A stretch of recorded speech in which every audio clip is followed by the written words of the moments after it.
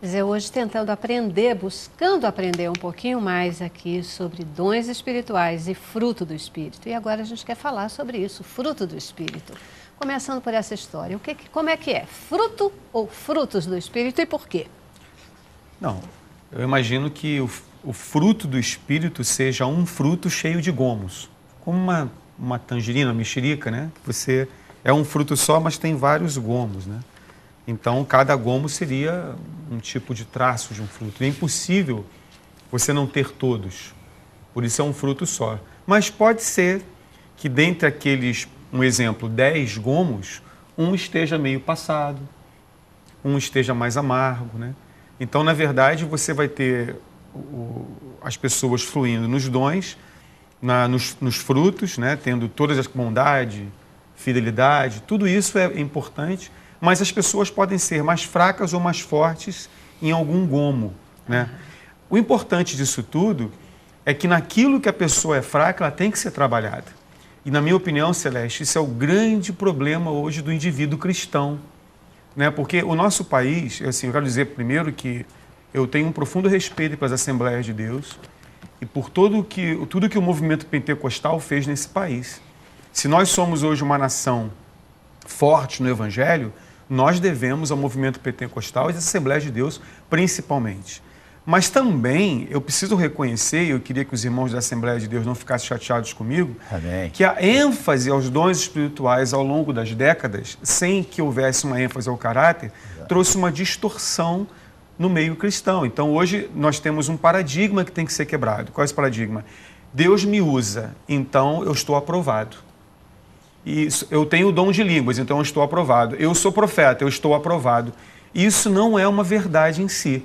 Porque se é verdade que Deus te deu um dom imerecidamente, porque você não precisa merecer, porque é uma graça imerecida o dom, é verdade que você tem a responsabilidade de devolver obediência a Deus. E obediência não é um dom.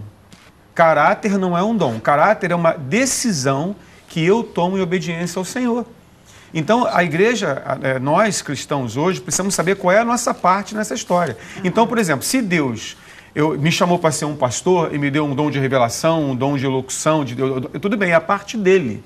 Mas qual é a minha parte? A minha parte é ser fiel à minha esposa, ter filhos criados no caminho do Senhor, finanças com testemunho, uma vida de testemunho para os de fora. E isso não é dom. Eu não posso pedir o dom da santidade. Senhor, eu vou fazer a oração, me dá agora o dom da santidade. Vem aquela mulher vestida sensualmente, então me dá agora o dom. Mas como é que é isso? Eu tenho que entender que aquilo ali não é para olhar e eu tenho que tomar a decisão de não olhar e não me contaminar com aquilo ali. E eu creio que no momento em que o indivíduo conseguir equilibrar, entendendo que dentro do propósito de Deus para cada um de nós e para a sua igreja em geral, tem a parte de Deus, que é distribuir o sobrenatural, os dons, dar ferramentas à igreja para que possa mover no sobrenatural. Mas também eu preciso entender que eu tenho a minha parte de caráter, de devolver a Deus a obediência. Eu creio que a igreja no Brasil está pronta e nós, como cristãos, estaremos nos pontos para sermos um celeiro para o mundo, de equilíbrio nesse sentido, né? Então, eu creio que nós precisamos... Agora, só para fechar a minha parte, essa questão do caráter, eu vejo como, naquilo que eu preciso crescer no caráter, eu preciso de alguém mais experiente que eu, um discípulo de Jesus Cristo mais experiente que eu, que vai me ajudar, eu como discípulo menos experiente, para atingir esse nível. Isso chama-se discipulado. Discipulado, né? Estudo da palavra de Deus, aprender aquilo que Deus tem para nós, o confronto o que Ele espera, mesmo, né? O confronto que Ele mesmo. espera de nós. Celeste, eu concordo com o pastor em gênero, número e grau. O equilíbrio é tudo. E especialmente quando ele fala do caráter, do fruto do Espírito. Notemos que Atos capítulo 4 não fala que a igreja achava graça diante do povo pelos dons. Mas se formos observar o contexto diz assim, e era só um só coração, um só pensamento, e não havia necessitados. Ué, e onde é que se aplicava aí o dom? Não, o que se aplicava aí era a generosidade, era a bondade. Testemunho. Né? Era o testemunho pessoal. Isso. As pessoas eu imagino, me permita conjecturar, eu imagino o pessoal passando por aquela comunidade e dizendo, eu não quero estar aqui fora. Eu quero participar daquela comunidade porque ali a comunhão, a união são um só. São um só. Eles têm essência, eles são generosos, eles são bondosos, eles têm essência de ser humano. Então, repito, isso não tem a ver com dom, tem a ver com caráter. Se a igreja no Brasil quiser crescer, ela tem que se inclinar, sim, a essa realidade. Eu penso, pastores, que, na verdade, o perfume de Cristo, o caráter de Cristo, né, ele se expressa em nós exatamente pelo fruto do Espírito. Né? A igreja tem que cheirar bem, né? Tem que cheirar bem, não adianta. Efetivamente, é assim, eu acho que hoje se fala muito, né, na questão do dom, é importante você fazer milagres, você fazer revelações, você isso, você aquilo, mas e o relacionamento, e o atitudinal, e aquilo que você, como é que você age com o outro, o teu testemunho, né, a misericórdia, o amor, a bondade. Onde que ficam? Porque isso, o que mais marcou Jesus foi ele curar, não foi isso, né? O mais marcante de Jesus foi o amor dele.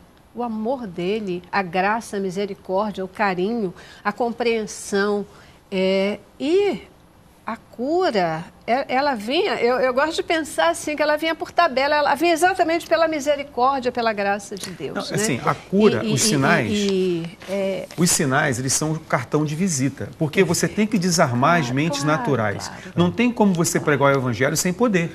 Agora, é o cartão de visita, mas Jesus... Como manter isso, né, pastor? E o foco... Desculpe interromper, mas como manter? O legado de Jesus foram os discípulos.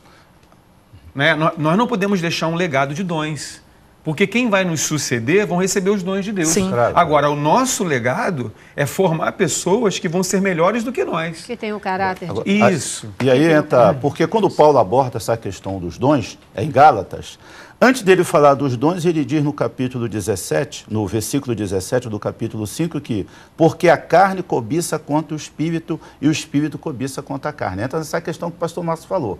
Há uma batalha. Há uma batalha, há uma luta da carne contra o espírito. Porque o fruto, ele é do espírito, é um fruto só, que o espírito é que produz o fruto. A máquina, por mais moderna que ela seja, ela não produz fruto. Nenhuma máquina produz fruto. Máquina não produz fruto. Máquina moderna, pode fazer o que for, mas ela não tem essa capacidade de produzir um fruto. E o espírito, ele que produz, o espírito é que produz o fruto. Mas há essa batalha, que o pastor falou que é conflitante, né? Porque quando o Paulo começa a falar dos frutos, o primeiro fruto que ele fala é o amor. Está aqui, ó. Mas o fruto do Espírito é amor, gozo, paz. O primeiro fruto é o amor.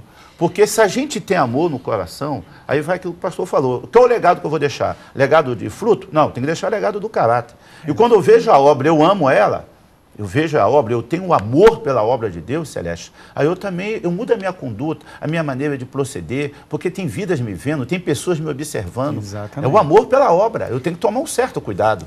Né? O homem natural, ele não tem a inclinação de dar o outro lado da face, de jeito nenhum. Né?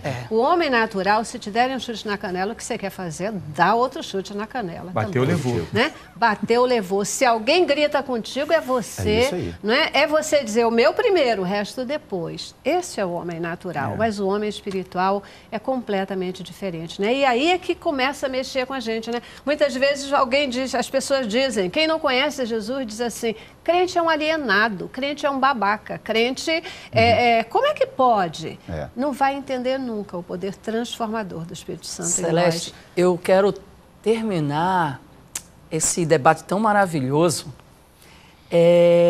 falando assim, por que as pessoas não buscam mais o fruto do Espírito e sim os dons? Porque é preciso sacrifício para desenvolvermos o fruto do Espírito. É preciso sacrifício, e esse sacrifício é nosso. O dom não. O dom Deus diz, está aí. Use para o que for edificante para a minha igreja. Por isso que não se pode imitar fruto. Só se pode imitar dom. Exato. Isso é forte, né? É forte. Só se pode imitar dom, mas fruto não. Uma árvore boa produz bons frutos. Exato. Mas uma árvore má... É isso aí. Queria falar também que Jesus ele é mais doce que o mel, mas também é o pão da vida. Tem muita gente que quer lamber o mel, mas não quer comer o pão. É verdade. Os dons é o mel, mas ele também é o pão. Perfeito. Então tem que fazer as duas coisas. É isso aí, queridos. Debate excelente. A gente já estourou todos os tempos possíveis e imagináveis. Eu tenho que ir para o nosso último intervalo. Amém. E a gente volta para as despedidas finais. Vamos lá. Cabeça pra cima.